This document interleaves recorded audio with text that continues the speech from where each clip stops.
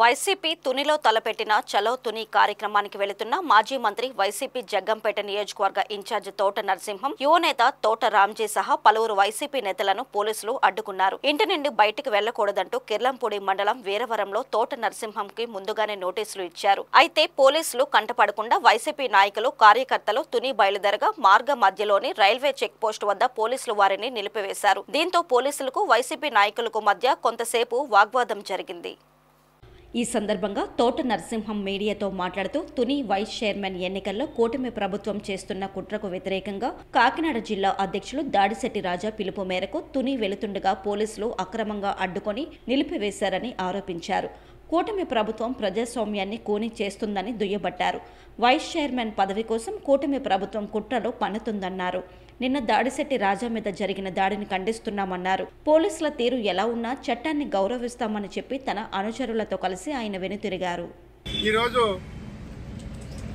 మరి తూర్పుగోదావరి జిల్లాలో కాకినాడ జిల్లాకు సంబంధించి వైఎస్ఆర్ కాంగ్రెస్ పార్టీకి సంబంధించినటువంటి మరి కొంతమంది కౌన్సిలర్స్ని మున్సిపాలిటీకి సంబంధించినటువంటి కౌన్సిలర్స్ని మరి ప్రజాస్వామ్యాన్ని పూర్తి చేస్తూ మరి కూటమి ప్రభుత్వం మరి ముఖ్యంగా తెలుగుదేశం పార్టీకి సంబంధించిన నాయకులు 2 రోజులు చాలా దౌర్జన్యకాండం చేసి భయభ్రాంతులు చేసి వైఎస్ఆర్ కాంగ్రెస్ పార్టీ కౌన్సిలర్నే కాకుండా అక్కడ ఉన్నటువంటి ప్రజలు కూడా భయభ్రాంతులు చేస్తూ చాలా దౌర్జన్యంగా మరి వైఎస్ఆర్ కాంగ్రెస్ పార్టీకి సంబంధించినటువంటి సుమారు 10-13 మంది కౌన్సిలర్స్ని వారు అపహరణ చేయడం జరిగింది.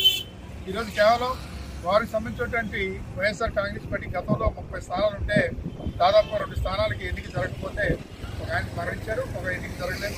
దాదాపు 28 స్థానాలు కైవసం చేసుకోవడం జరిగింది గత లోకల్ బాడీ ఎన్నికల్లో.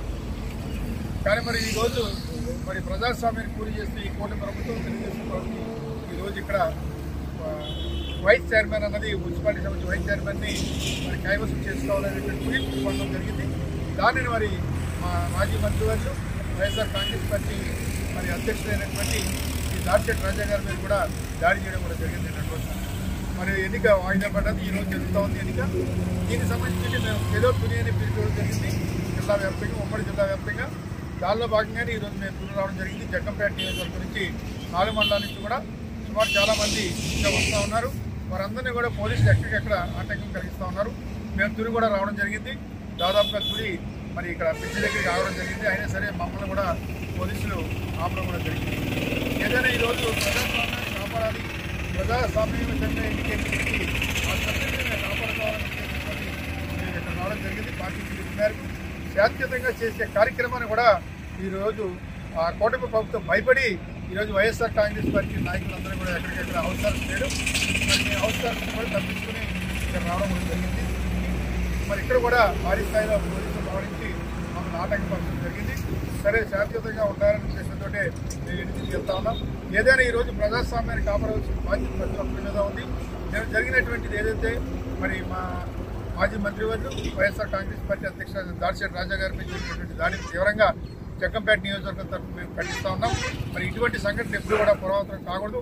గతంలో ఈ సంస్కృతి మన జిల్లాలో కూడా ఎప్పుడు కూడా లేదు. నూతనంగా మరి మీరు చేస్తున్నటువంటి కార్యక్రమాన్ని తీవ్రంగా ఖండిస్తాం.